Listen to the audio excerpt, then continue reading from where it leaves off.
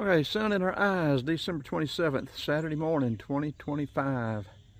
We're going to be doing videos on these vehicles this morning, and mainly to help people with these Chevrolet vans, help them out with the problems that I've had experiencing them, or conveying my repairs.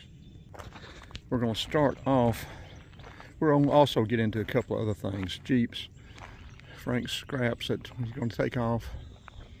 But the main thing this is going to be dealing with is trying to help people out with these later model, well, not necessarily later model, I think from about 2006, 7, I'm not sure when GM started putting these 6L80 and transmissions in these things, but and they put them in several different vehicles, not just these vans. This is a 2019 with a 6L90. The problems they have stem from overheating mostly. Torque converter, bell housing, valve body, several different issues that GM is refusing to address except with a service bulletin. What we have found out, we did a lot of research, and I don't want anybody to take this as gospel. It's worked for me. I'm not a GM technician, haven't been in 50 something years, 60 years, no, 50, I don't know. I was a GM technician for a couple of years, I guess 4 years, back in the 60s and 70s, but that everything has changed. There's hardly nothing the same anymore. So my advice is just basically worthless, but this worked for me. These 6L80 and 90 transmissions, hard shift, hard downshift, gear hunting, all these issues dealing a lot from overheating. One I haven't addressed yet is the thermal bypass. It's winter, so I'll probably won't address that thermal bypass until the spring if I keep this one, or summer. But what I have done, I did research and found out that, yeah, and GM told me they wouldn't even touch this thing. They have recommended service bulletin use Mobile 1 synthetic LV HP, and there are two different ones of these. This is the newer version. It's the blue label. There is a black label. This blue label replaced the black label. The black label retained more moisture, and that's also an enemy to these transmissions. I did 3 pan drop fluid flushes, and I changed the filter just one time. And these things also have an issue trying to get the blooming pan off. They don't have a drain plug. Trying to get the drain pan off, or the pan off, GM has run this exhaust pipe right under the transmission. It needs about another 1/4 inch for the transmission to come out without difficulty. But all of GM's brilliance, they have put that tailpipe to where that pan just does not want to come off without dropping these exhaust manifolds or exhaust pipes, disconnecting the O2 sensors and dropping the blooming exhaust pipe from the headers. I was able to pry that tailpipe or the pipe down just a little bit, but the second time I did it, I just did it without it. And if you turn that transmission pan this way, tilt it down, it will come out of there. Now, it may not come out on every vehicle. Some of them may be a little tighter on that clearance than others, but this one will come out without having to drop all that junk off of it. GM engineers, GM ought to be ashamed, but I know they're not. They don't care. So, but that's what I've done. And now this thing, when I got this thing, it was getting about 12 miles a gallon. Now it's getting about 18.3. Now the odometer is still just showing 16.7, but the computer is using data that was still stored before it started, getting completely working right. The sweet spot on these transmissions is about 14 to 1600 RPMs at 55, 60 miles an hour.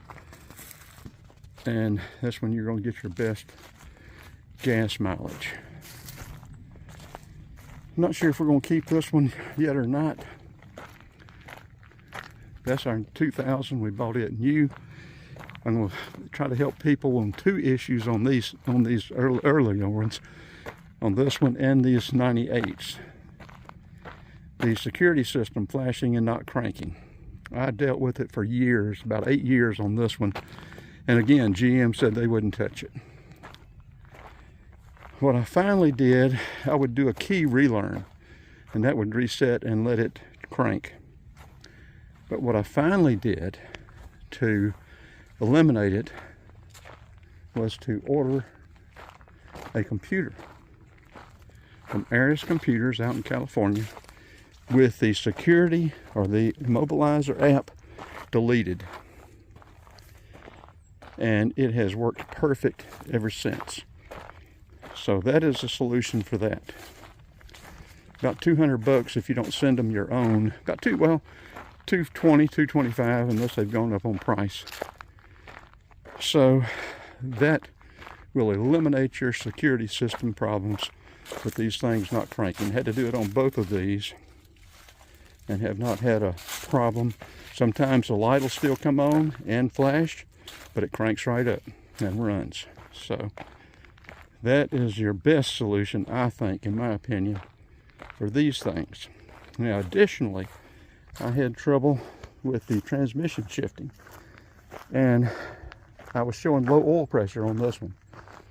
I had this engine and transmission replaced, this 4L80 with a Jasper engine and transmission, and you know, about $10,000 after all the work I did, radiator and everything. And then come to find out there wasn't anything wrong with the engine or transmission. But anyway, now I've got a rebuilt engine and transmission in here.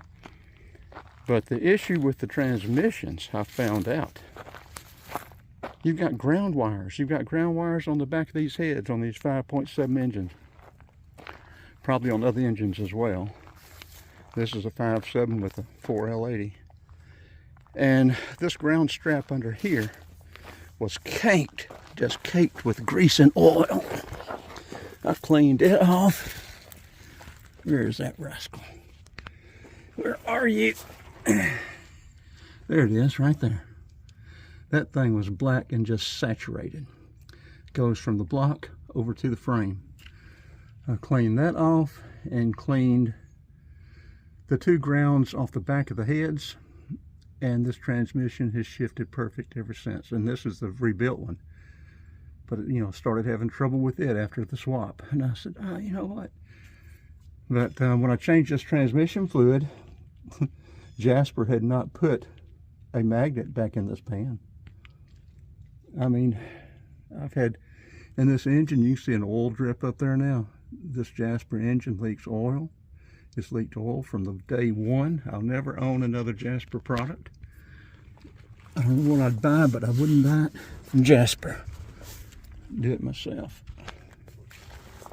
So, let's see, what else are we going to get into on this video? I guess we're going to get into the Jeeps. We bought this 95 new. I do want to sell it now. I hate to sell it, but I need to get rid of some of this stuff. And depending on what I do, if I keep that 2019, I'm going to sell this 1998 and my 2000. Now both of them are in great shape now. The air, everything works on the 2000. This one still needs an air compressor and a dryer. It's got a leak around either the oil filter or the cooling engine oil cooling lines. I'm going to work on that. Maybe I was going to do it today, but it's too pretty. But get that squared away. And this will be an excellent van, excellent camper van, or excellent for somebody to use. 3,500 passenger van. It was out of North Carolina originally, but I bought it from a church in Lilburn. I've got the other seats for it. You know, I've done some painting. I've done a lot of work on this. And I may end up keeping it and replacing, you know, selling that 2019 and mine and just keeping this one. This is a nice van. But if I sell this one, I'm going to want about $7,000 for it. And I do have the other 2 rows of seats. So you got all the seats. They need steam cleaning. You clean it up. But other than that, you've got other problems. You've got door locks. You've got door panels. But you know, these things are this one's 26 years old, 25 years old. So that kind of stuff you can buy aftermarket and get it replaced. Works out good. So, and I've done some painting, and I'm not a painter, so you know, you can see the overspray and you can tell it still needs some painting, but it's an excellent van. 5.7 liter, 180,000 miles, and it's tight, it shifts good, it runs good. This would be a great camper van for somebody. I'm going to probably post it on or make it available on Facebook Marketplace and maybe in a couple of the groups. You got plenty of room. You can leave 1 seat in there and still have plenty of room. Got dual heat and air. That, of course, the air, I've got to get a air compressor and a dryer and get them on. But you've got dual heat that works. I put a radiator in this one. I had to do several things to it. It had been sitting for 2 or 3 years when I got it. And I tagged it yesterday. I've had insurance on it. I'm going to start driving it more, get this oil leak fixed, and then figure out whether to sell it. Figure out what I'm going to sell. I'm either going to sell that one, that 2019, and keep these other 2, or I'm going to sell these 2 and keep the 2019. Now, so I bought this 95 Grand Cherokee with the upcountry suspension package. I bought it new. I leased it and then bought it new. I've got the other original wheel. I've got 2 front pristine seats. This interior is almost pristine except for a little bit of carpet stuff on each side. That seat is not bad, but it does need, but I have another one. I have another driver's seat. Same interior as this. The 2 front seats are pristine. Of course, these steering wheels need a cover on them. But the dash isn't cracked. Most of the time, this Jeep was kept under cover. Back seats are perfect. Still have the original full-size spare tire, the original tire, with a rally wheel. There are the 2 seats, other 2 seats out of this van. 5.2 liter. Runs and drives very good. Cranks right up.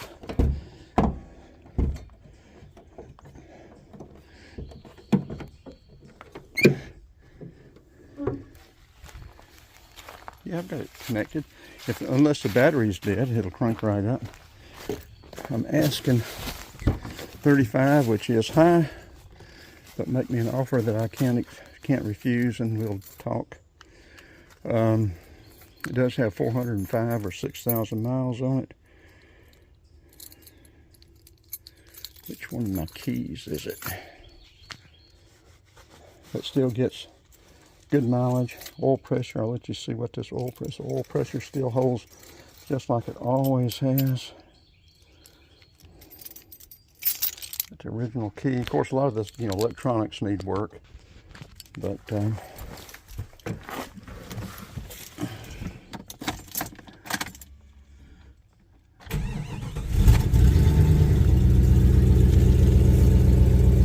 got an exhaust leak. Original paint. Body's in good shape, very good shape.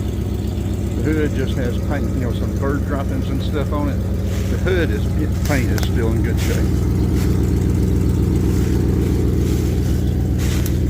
And like I said, it has the upcountry suspension package on it. External oil transmission cooler.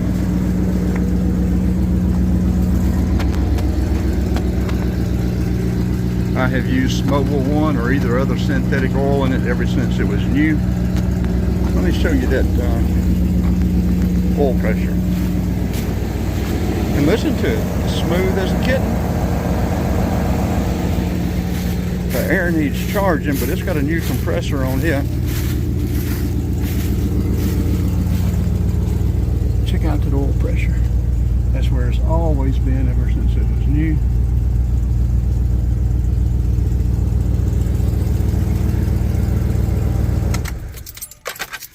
I really hate selling this thing, but I need to clear some stuff out.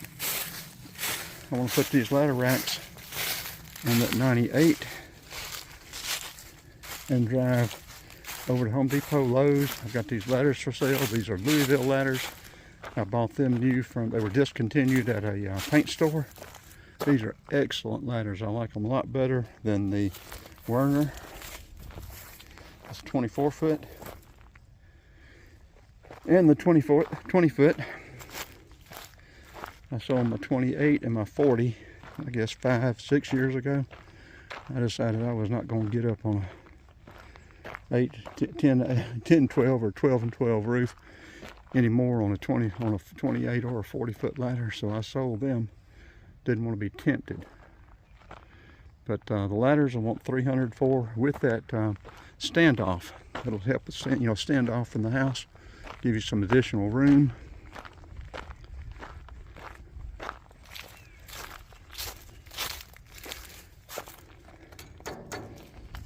So I guess I've run my mouth enough. Oh, that 97 Jeep, I don't want to sell it, but if somebody were to come up with $5,000, I would let it go. Nobody's going to pay me that much for it. It's got several issues it needs, but I love it. Bought it with 148, now it's got 300 and something. Well, here comes Mr. Frank. Let's see what he's up to this morning and see what we can sell.